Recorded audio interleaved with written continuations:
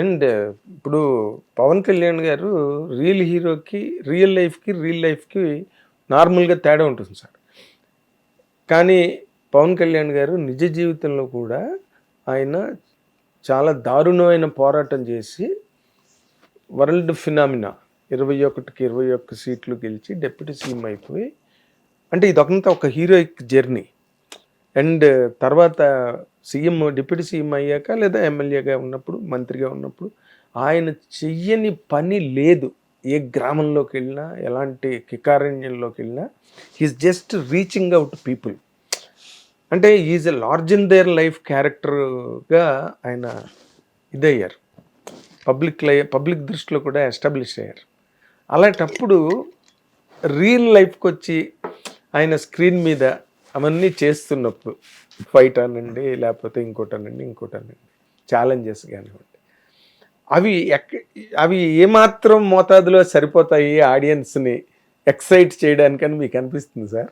అదే అండి, ఆ మోతాదు సరిపోకపోతే మోతాదు పెంచే డైరెక్టర్లు ఉంటారుగా, మోతాదు పెంచుతాం.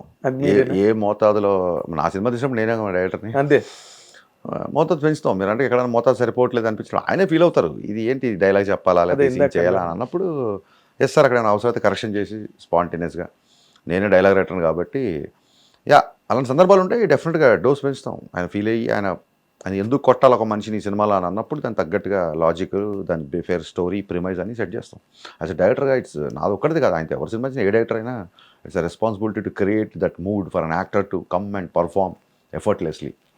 అంటే మీరు మీ మీద ఎక్కువ ఇప్పుడు బాధ్యత ఉన్నది అన్నట్టుగా ఏ సినిమాకైనాండి. నా సినిమా ఇప్పుడు పెద్ద రిలీజ్ అవుతుంది ఏప్రిల్ 30న, బుచ్చిబాబు మీద బాధ్యత ఉండదా? ఎందుకు ఉండదు? 100% ఉంటుంది కదా.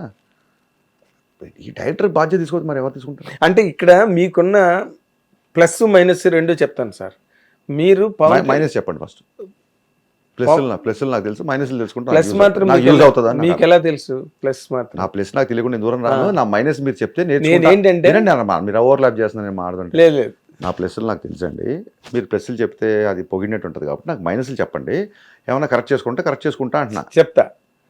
ఏంటంటే మీరు పవన్ కళ్యాణ్ గారిని బాగా ట్యూన్ చేసి, బాగా టోనప్ చేసి, బ్రహ్మాండంగా ఎక్స్ట్రాడనరీగా ఇప్పటి వరకు ఎవరు ఈ మధ్య రోజుల్లో ప్రజెంట్ చేయలేనట్టుగా మీరు ప్రజెంట్ చేస్తారన్న ఎక్స్పెక్టేషన్ మీ మీద ఉన్నది.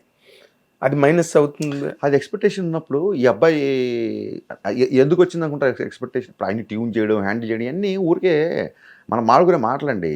ఒక యాక్టర్కి బాగా యాక్ట్ చేయడానికి కావాల్సిన సీను, బాగా చెప్పడానికి ఉన్న డైలాగు, అతనికి ఫ్రీ ఇచ్చే ఒక షాట్, అతను రెస్ట్రిక్ట్ చేయకుండా వచ్చే షాటు పెడితే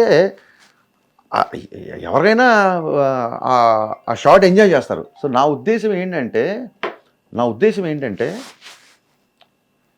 ఇతను బాగా చేస్తాడు, ఇది ఎందుకు వచ్చింది, ఇతను కొత్తగా చూపిస్తాడు, లేకపోతే ఇతను అనుకున్నట్టుగా చూపిస్తాడు, ఇతను డైనమిక్గా చూపిస్తాడు, ఇతను స్వాగతం చూపిస్తాడు అనే కదా మీరు అనేది. అవును, చూపిస్తారు అన్నప్పుడు ఇప్పుడు ఎవరన్నా మా అబ్బాయి బాగా చదువుతాడు మంచి ర్యాంక్ వస్తుంది అని అంటారు. బాగా చదివేవాడికి మంచి ర్యాంక్ వస్తుంది, ప్రెషర్ ఎందుకు అవుతుంది? ఎంకరేజ్మెంట్ అవుతుంది తప్ప ఎందుకు ప్రెషర్ అవుతుంది?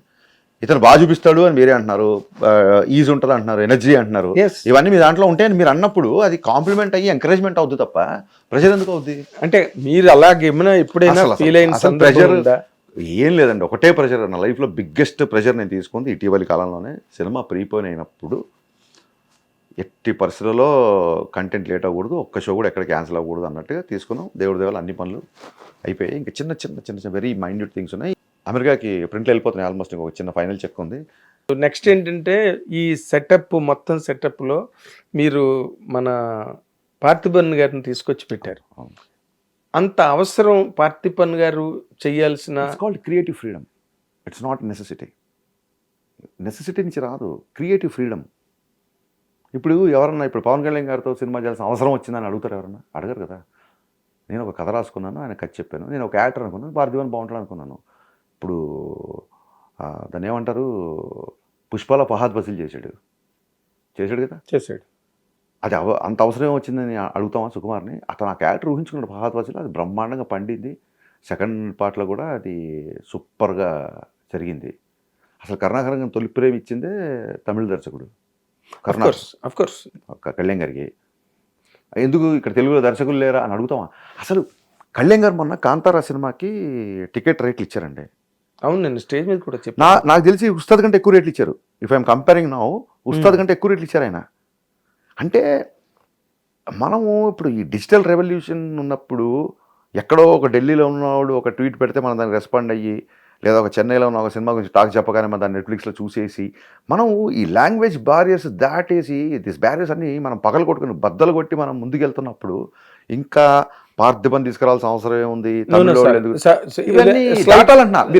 Light correction sir, light correction.